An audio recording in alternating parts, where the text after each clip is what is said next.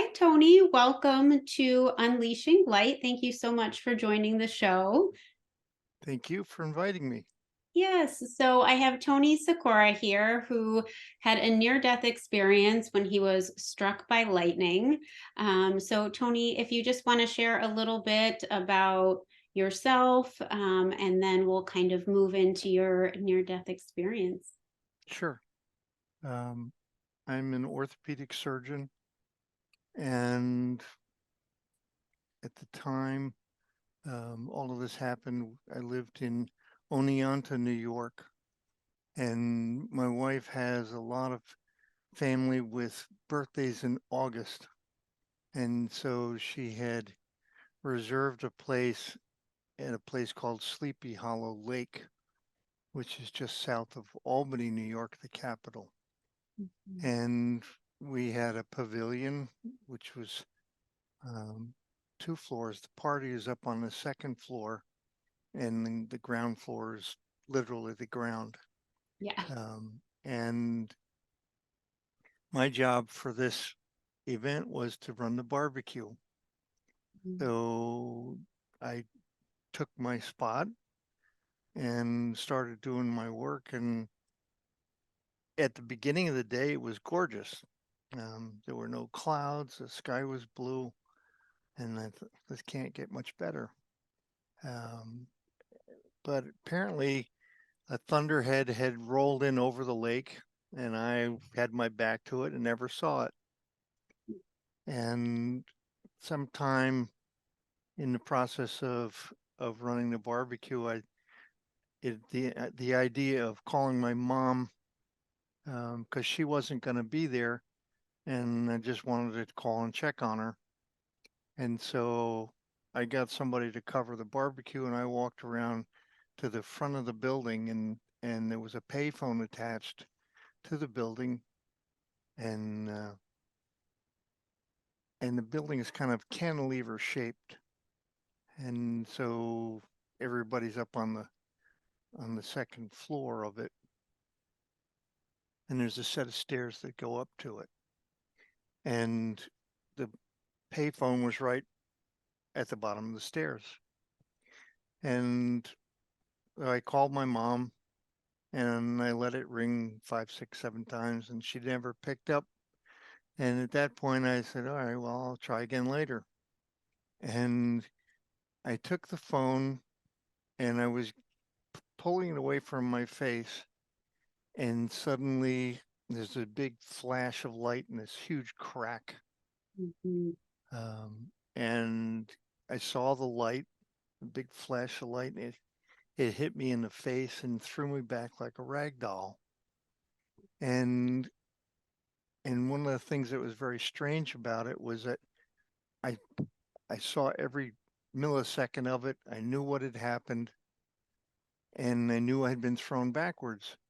But I had this strange sensation of moving forwards, and it was absolutely confused. I had no idea what was going on. I I remember standing there trying to think through this, and I see the phone dangling, and I knew I was kind of replaying the things that happened. I knew I'd been hit. I knew I'd been thrown back pretty vigorously. And now I was just kind of standing there, and Mhm. it didn't make any sense at all. I couldn't understand what was going on. And all of a sudden, I hear my mother in law screaming at the top of the stairs, and she starts running down the stairs toward me. And I'm thinking, well, this can't be good when your mother in law is running and screaming at you. Something bad is happening. And I was standing right at the bottom of the stairs, and she was looking off to her left as she was coming down like I never existed. And when she got to the bottom, she immediately turned to her left and took off, and like she didn't see me. Mhm. And I said, well, I turned around and I started to follow her. And I walked a few steps, and suddenly I was confronted with myself on the ground. Mm. and I remember thinking, "Oh shit, I'm dead." It it was such a shock because I never felt anything. The only weird sensation I had was that I was going backwards and I had this subtle feeling of moving forwards. And that subtle feeling I interpreted as my spirit leaving my body. And I was really kind of shocked because I expected that, when you died, that something would happen. There'd be some sort of bells and whistles and at least something that gave you an idea that you had just passed. But there was nothing. And so in And that moment of just confusion of shock, were you able to make sense? Like what was going through your head when you're like, I'm dead? Were you like, yeah, I gotta get back in there, or what were you thinking? and I mean, as I'm standing there looking down at myself, and my mind is racing, and I'm trying to figure out what's happening, what just happened, and then suddenly I realized I'm thinking exactly the way I normally would. Mm. And I realized that whoever I am, I always am. And at that point, the realization came to me that my spirit exists forever. And, I was just being borrowed by this carcass that's now on the ground. And, and I stood there for a couple of minutes and I called out to people and nobody could hear me or see me. And there was a lady who was waiting to use the phone behind me, and she was about 6 or 10 feet behind me. She was standing in line waiting. Turns out she was a nurse. And so she starts to get down to do CPR. And at this point, I'm thinking there's no point in standing here watching this, and I'm going to go check on my family.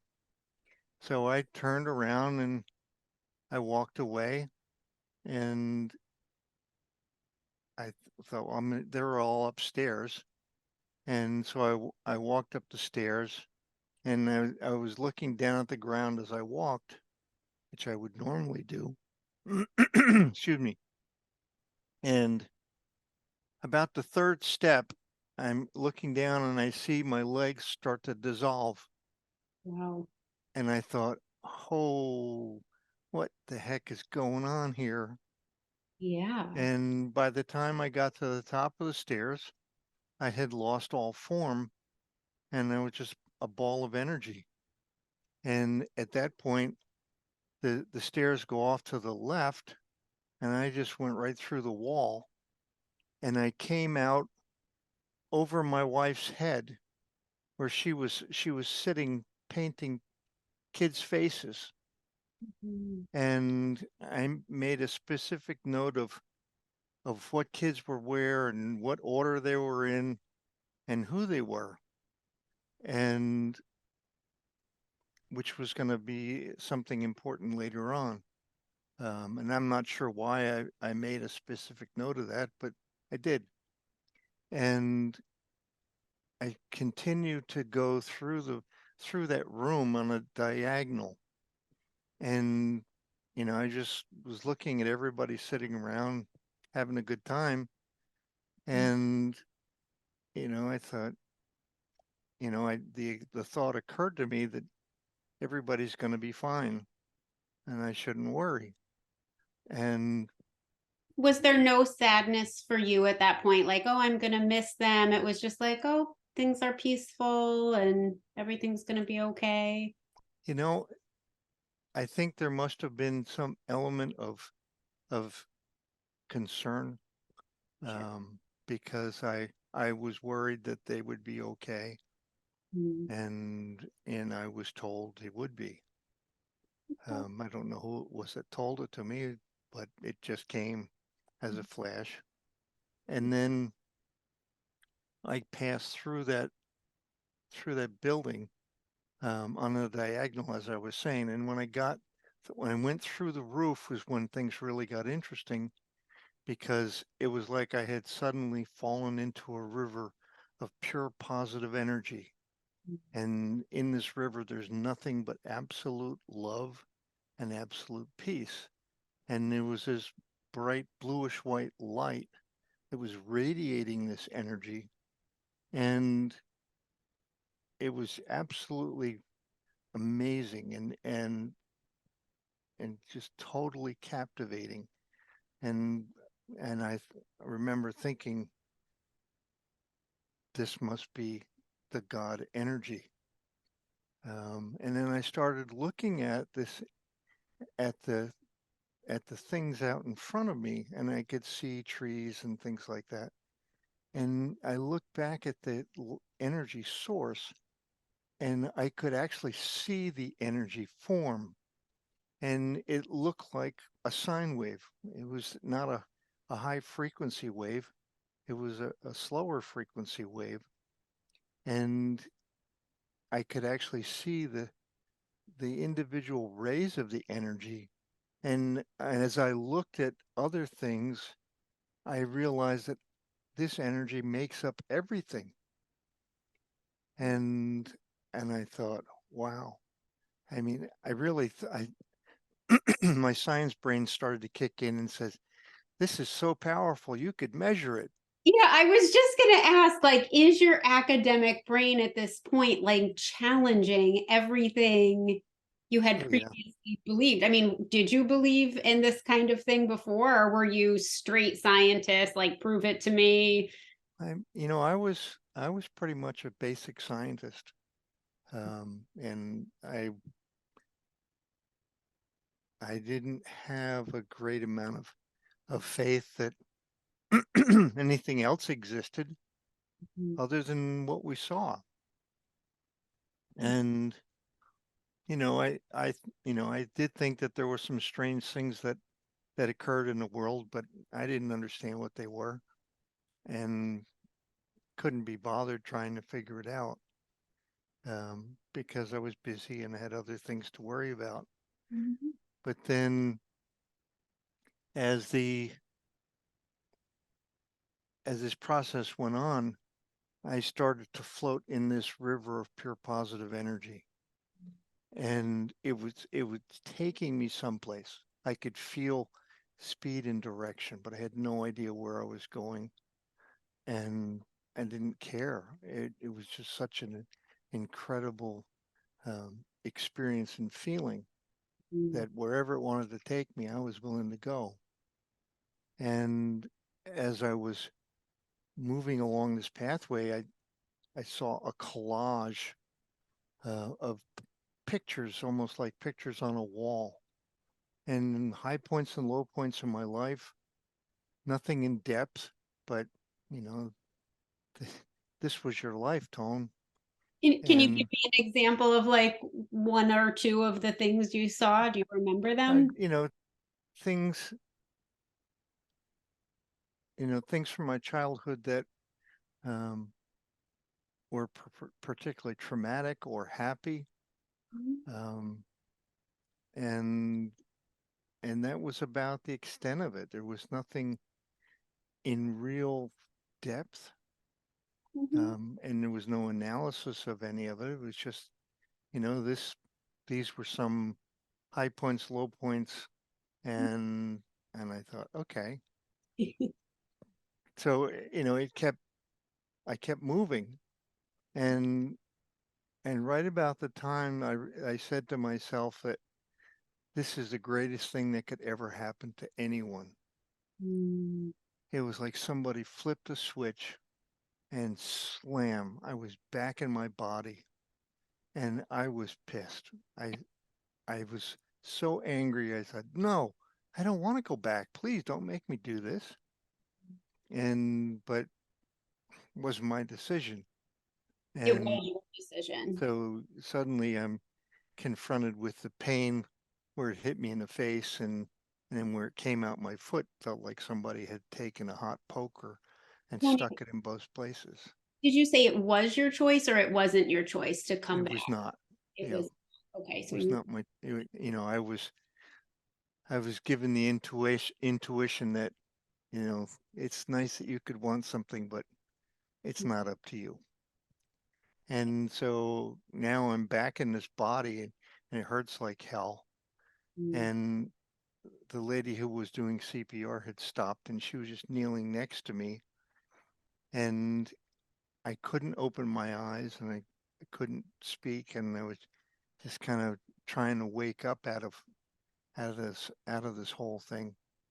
mm. And, you know, it took several minutes before I could open my eyes and speak.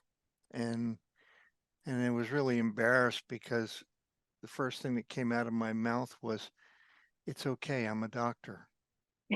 And, you know, and I'm thinking, okay, that was a really ridiculous thing to say. And the lady goes, she just kind of laughed and said, "Well, you weren't a minute ago." Right. And I'm like, so I realized very quickly that I just need to keep my mouth shut because nothing but, you know, bad things were going to come out of my mouth that I had no idea I was going to say. So, you know, they called the police, they called an ambulance, and I refused to go to the hospital. You know, I guess my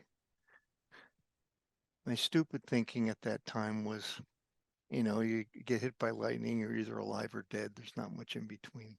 And what about now as you reflect on that? If you were to have a do-over, would you have gone to the hospital or would you have just continued to go home? Well, I should have gone to the hospital, and if something like that had happened to anyone else, I would have insisted that they go to the hospital. Okay. But in my infinite wisdom, I deemed that it wasn't needed. Okay. So I wanted my family to just take me home, and I would see my cardiologist and my neurologist friends, Mhm. and so that's what they did. They took me home. I saw them, and everybody said the same thing. You know, you're lucky to be alive, and you don't seem to have had any consequences of it. Wow. And you know, and at that point, you know, I started doing a lot of soul searching, trying to understand. Okay, things like this don't happen just randomly, Mhm. and I really kind of started looking at it in detail, and you know, I started to think about, you know, from a science standpoint, well, you know, what's the probability of a bolt of lightning hitting the building that you're standing next to and losing just enough of its current to not fry you, Mhm. and then to have a nurse standing there waiting Mhm. to jumpstart your heart again after it stopped. Mhm. And you know, and I remember, you know, thinking about those calculations, going, "This is astronomical. There's no way it could happen um, randomly." Right. And so, you know, I really thought, okay, there's some, you know, something is, this was an important thing for me to experience, but I have no idea why. Mhm. And then it took, one of the things that happened with the lightning was it knocked out the place where names were. And so I could look at you and go, I know your name. I'll be damned if I could find it. Mhm. It was in a drawer someplace I couldn't get access to. Gotcha. And it was like that with diseases as well. I could tell you all about the problem, but I couldn't tell you what the name of the problem was. And after a week that disappeared.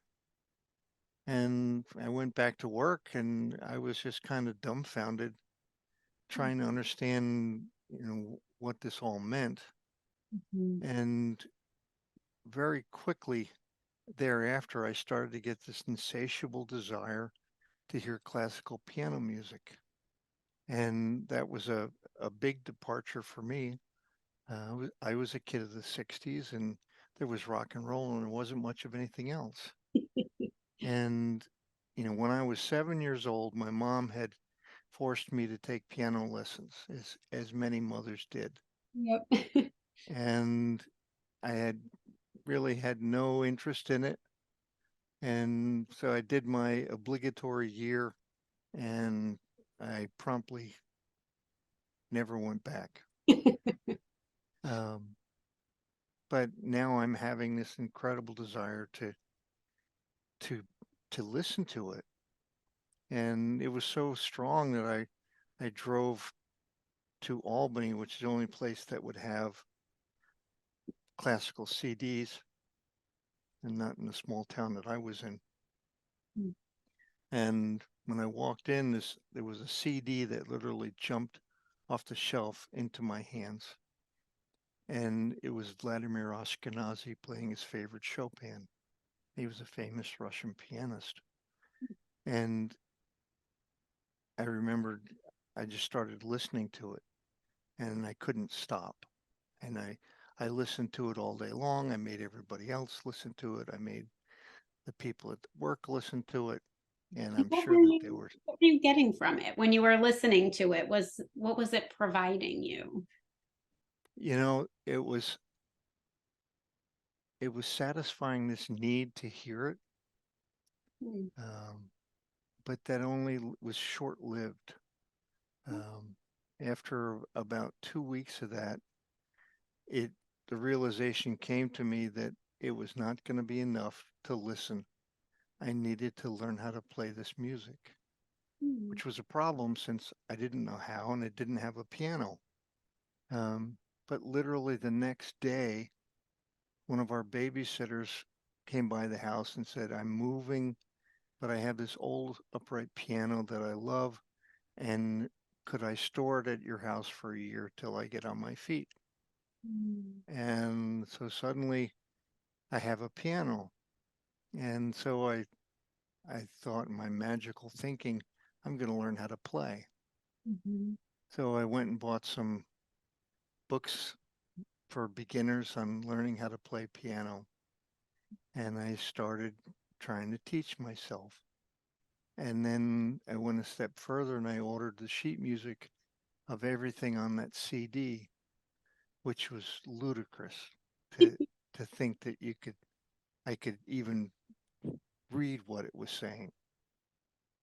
But I was completely undeterred and thought, well, despite the fact I don't know how to play and I don't know how to read music, I'm going to do this anyway. So I started. And about 2 weeks after that point, and I was asleep and I have this crazy dream. And in this dream, it was like an out of body experience. Um, I, I'm walking out from the very back curtain onto a stage, and I look forward, and I'm on this concert stage. I'm playing music at a concert hall, and and I remember thinking, this is really strange. I'm walking up behind myself, and it's like I'm having an out of body dream.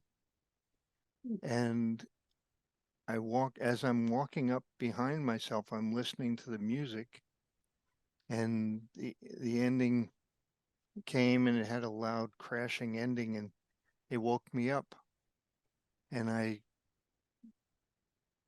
got up. I looked at the clock and it's 3:15 in the morning. And I walk out to that piano thinking I can plunk something out that I heard.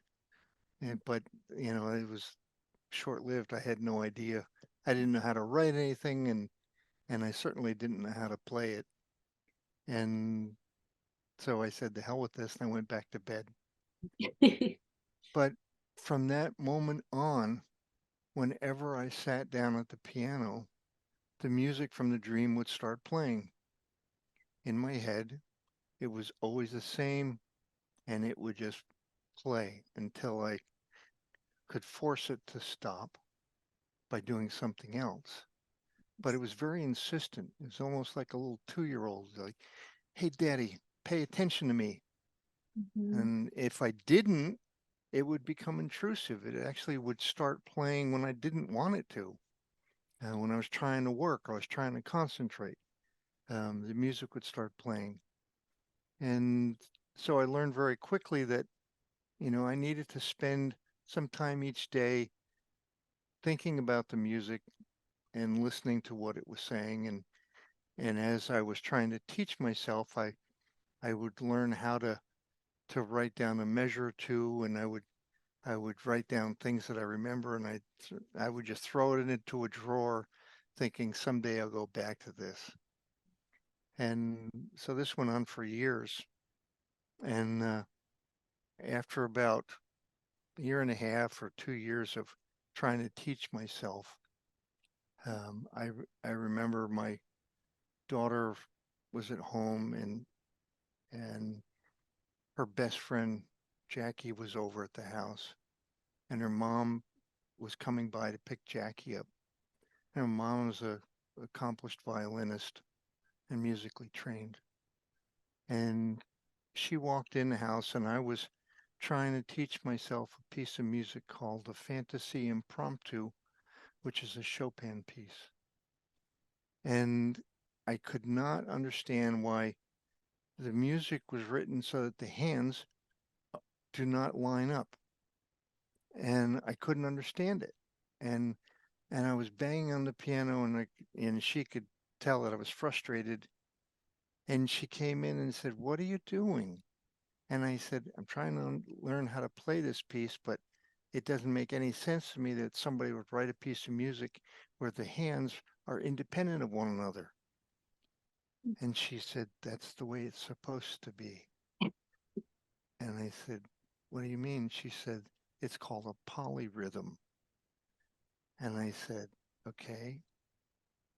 And I said, "What's a polyrhythm?" Mhm. And she said, "I'm not even going to attempt to explain that to you." She said, "You need to get a teacher."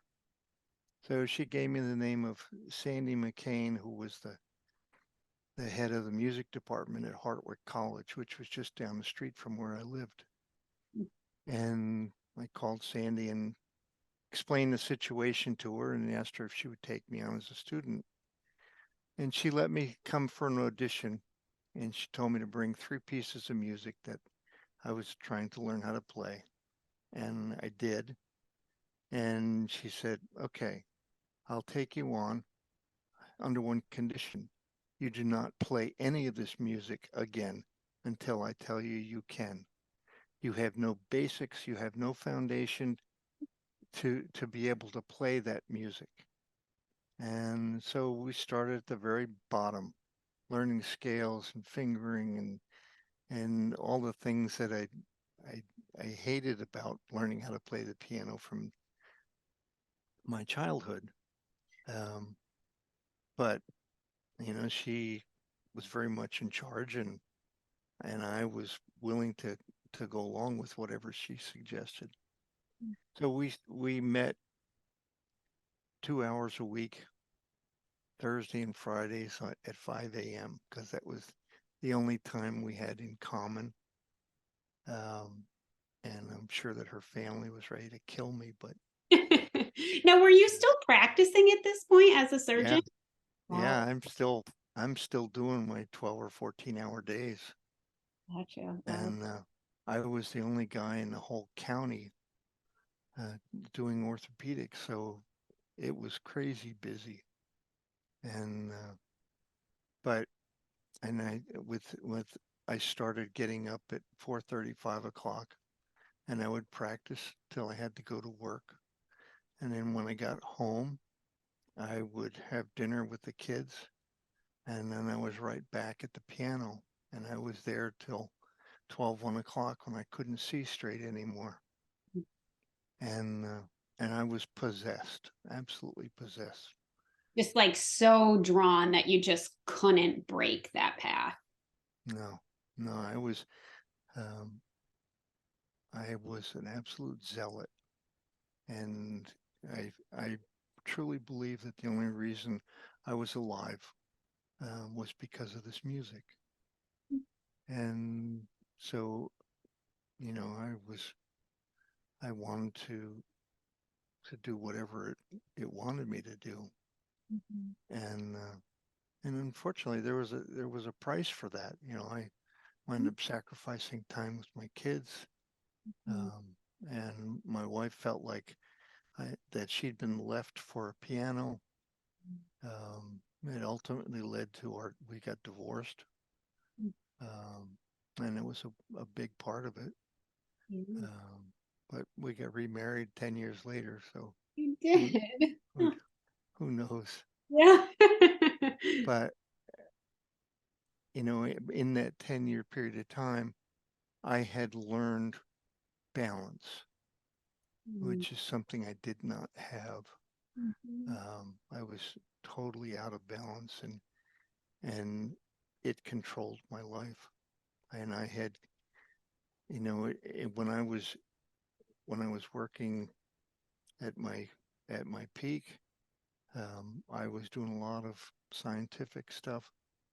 I was involved in a lot of studies, and I was being groomed to go up to Syracuse University to take somebody's position who was getting older and was going to leave. And I lost completely any desire to do that. And I was the chairman of a big spine meeting that met yearly, and everything I just let go because it was not important anymore. Sure. And so, I kept, working on learning the music, and trying to write down little pieces of what was playing in my head. And in addition to what I was being given to learn, and I started going to a piano camp for adults called Sonata, and that we met once a year, and there were a lot of groups that met at different times during the year, but my group always met in May. And so I started going to that, and it was incredible because there would be a class of 30 people, and whose all of their most important things in life were piano. And was So this something that was local to where you were, or how did you? no, it was in Bennington, Vermont. Okay. So it's about 2 hours away from where I lived. Yeah. Interesting. So it was, a bit of a stretch to go, but it was important, Sure. and I was committed to doing it. Mhm. And at the end of the week that you're there, you have to do a concert where you play something that you've been working on, and in 2006, the owner was Polly Vanderlind.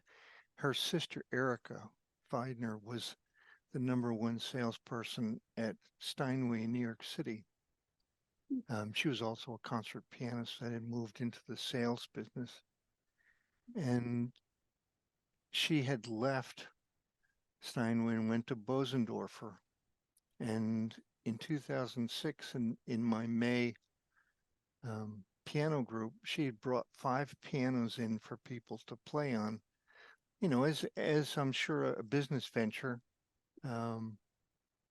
And she and I got talking about this, the lightning and the near death and the music. And she said, there's only one person that can tell this story, and that's Oliver Sacks. And at the time, I didn't know who Oliver was, other than the fact that he wrote the book Awakenings. And he was a famous neurologist in New York City. And she knew him. And apparently when she got home, she called him and said, there's this wacky guy in upstate New York that you need to interview. He's got some interesting things that have happened to him.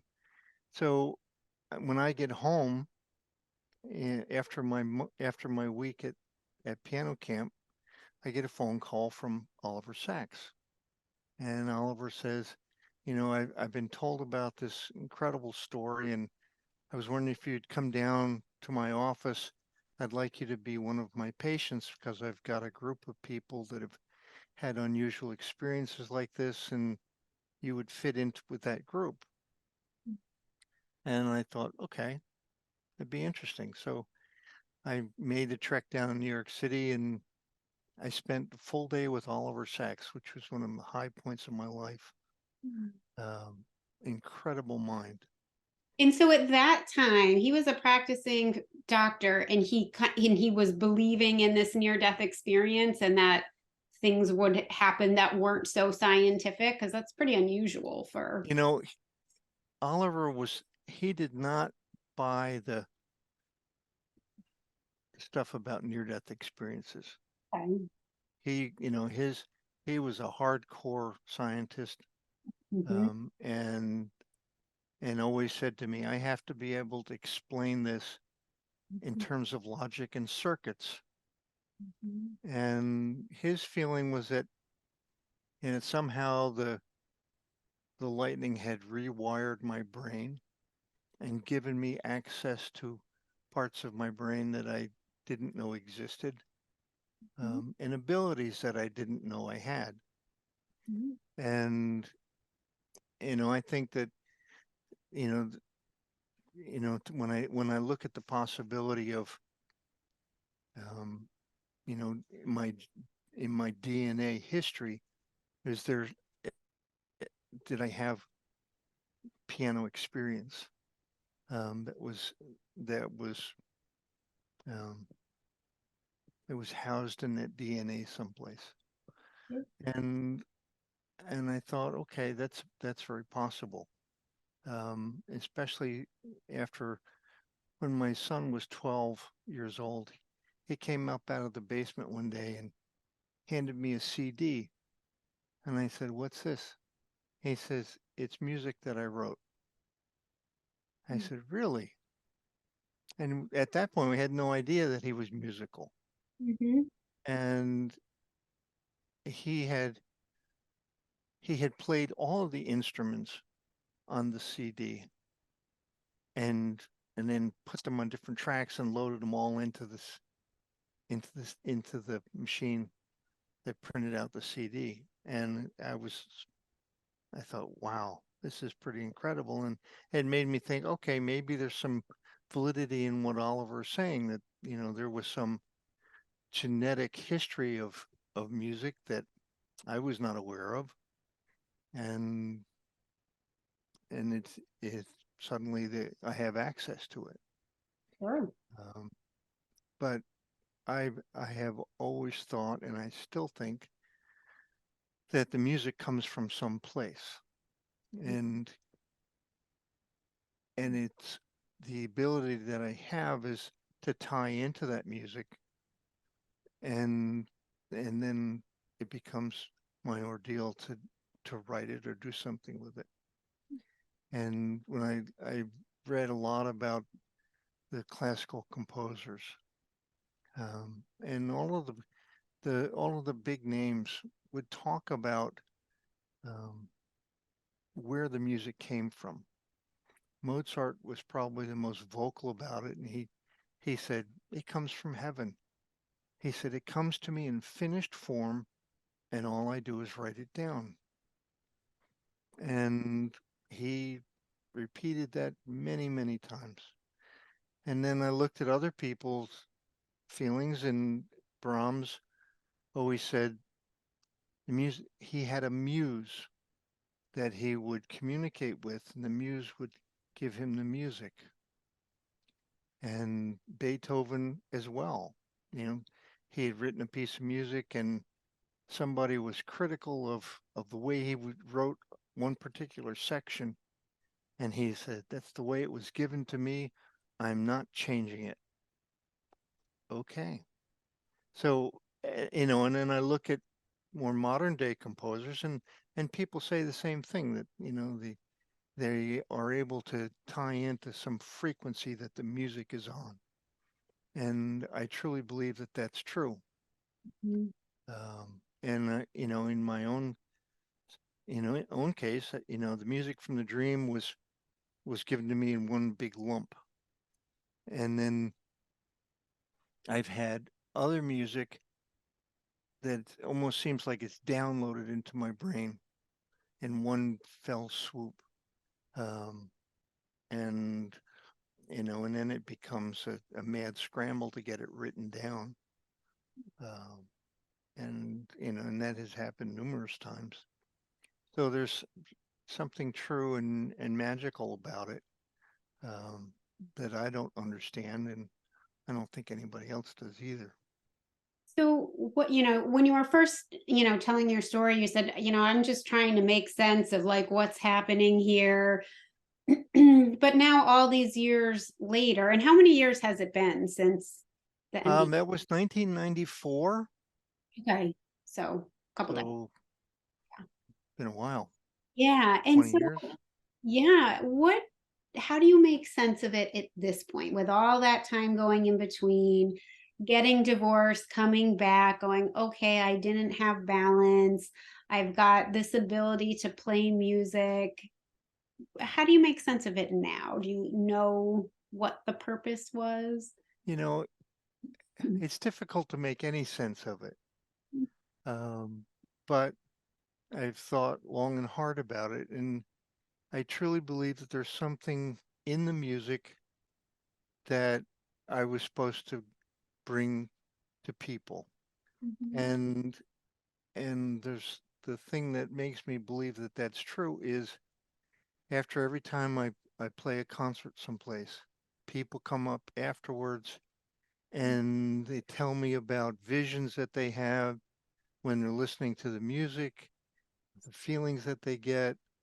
I've even had people ask if they could come and lie under the piano and feel the vibrations, because it was so powerful, for them. So there's something about it that I don't understand.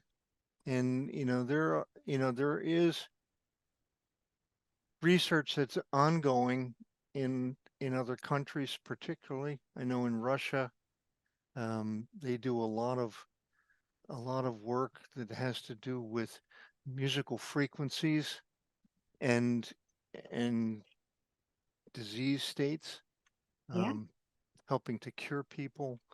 So, there's something about music that I think is very primitive to the brain that we don't understand very well.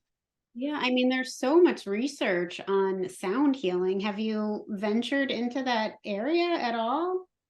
Or kind of done any type of sound healing with some of these people that are reaching out to you? Um, I have I've not done any research in it, Hmm. um, other than looking over Oliver's shoulder as he was doing some, and Hmm. he did an interesting set of experiments where, um, he and one of his close friends decided they were going to have functional MRI imaging done of their brain under three different conditions. They listened to music that they didn't like, and the Hmm. brain did not react at all. There were no areas that turned red. Then they went to the next step and they listened to music that they liked a little. And when they imaged the brain under that situation, there were patchy areas of the brain that turned red. And they thought, okay, that's interesting. And then when they listened to music that they absolutely loved and resonated with, something happened that they didn't expect. The entire brain from wall to wall turned red. Hmm. And that is particularly significant because the brain doesn't like to do things like that. It likes to segregate speeches over here, visions over there, movements over here, Hmm. in and that's the way it's set up. So for the brain to completely be absorbed by one thing is a departure from what you'd expect. And I remember looking at the other scientists who were reading the scans as it was coming off the machine, and they're standing there with their mouths wide open because they're not expecting this, Right. and nobody did. And so that it tells you that there's something primitive to the brain about music, and it reacts entirely different to music than it does to other things. Um, I don't know what that means entirely, but um, it was an interesting study that he did. Yeah, it's fascinating. And when you had your near-death experience, you didn't hear any music in the background or anything like that. It was just, No, it was, and it's possible that there was music, but I was so engrossed in what I was seeing that I wasn't aware of anything else. And but afterwards is when all the music stuff started. yeah, it's so interesting. So, what would you say has been the biggest change in your life since you had the near-death experience? Um, I think there one of the things is I'm absolutely certain that we don't die. Mm, Our spirit lives on, the body decomposes, and the spirit continues. yeah. Um, and I really believe that that is true because I lived it. I saw it happen, and I had the realization as I was standing there looking down at my dead body. Yeah. Um, and so that's one of the biggest things. And knowing that there is a source more powerful than anything I could ever imagine, Mm, um, that somehow orchestrates all of this, and is another incredible um, thing that came from it. I am a different person than I was. in what Um, way? I was really focused on science and discovery and teaching, and those things were just unimportant, and people became important, Yeah. and and so I really um, changed the way I did things, and and I had a whole different outlook. Yeah. I'm Um, wondering how it changed the relationship with, is it a daughter and a son that you have? I have two girls, one boy. Okay. And was there changes in those relationships since the NDE? You know, I didn't appreciate any change, but I'm sure that there was because their early exposure to me was at the piano. I had every day I would, if I got home in time for dinner, I would have dinner with them. I always put them to bed Mm, and at night, and um, I always sang the same song when they were getting ready to go to sleep. One of the Elvis tunes, mm, "Wise Men," and and that was kind of my little ritual with them. And then they would be off to sleep, and I'd go back down to the piano. So they had music going all the time when I was home, yeah. um, and and I think that I was sad for a long time over what did I miss, but I've talked to the kids about it, and they never felt like they had missed anything, and so I felt better about that. Yeah. And you know, as time went on, and I was able to find some balance in my life. Um, my wife and I had actually stayed fairly close even after the divorce because we had three kids, and they needed the stability of two parents. Absolutely. So we actually made an apartment over the garage, and that's where my wife stayed at that point, ex-wife. I'm glad it So, all worked out. I mean, it was quite the journey for you. So, I mean, it's an oh interesting, yeah, fascinating story. So I really appreciate you sharing it with myself and all the viewers. I think, there's a lot to take from it. So, absolutely. And I'm happy to do it. yes. All right. Well, don't go out in the storms anymore, right? No, I'm terrified of that. Terrified I of the can storm, but how do you feel about death? Are you terrified about death at this point? no, actually and that's been a detriment. I'd have no fear of it, Mhm. and I have taken unnecessary chances. And I had a bad motorcycle accident. I had a bad tractor accident, um, and I Both think experiences with those, just no, I did okay, not. but I did not. It was bit of all a risk taker since there's no fear. yeah. No, I have friends who've had more than one experience. Um, a guy named Daniel Brinkley who he wrote the one of the first books about being struck by lightning, and and that book was available for me right after I got hit by lightning. It was the first book I read about it, and it was incredible. He was talking on the phone also, and he was electrocuted, and they coded him for 2 hours Whoa. and gave up. And the morgue attendant was putting him in the freezer when he saw the sheet move. Whoa. And the only thing that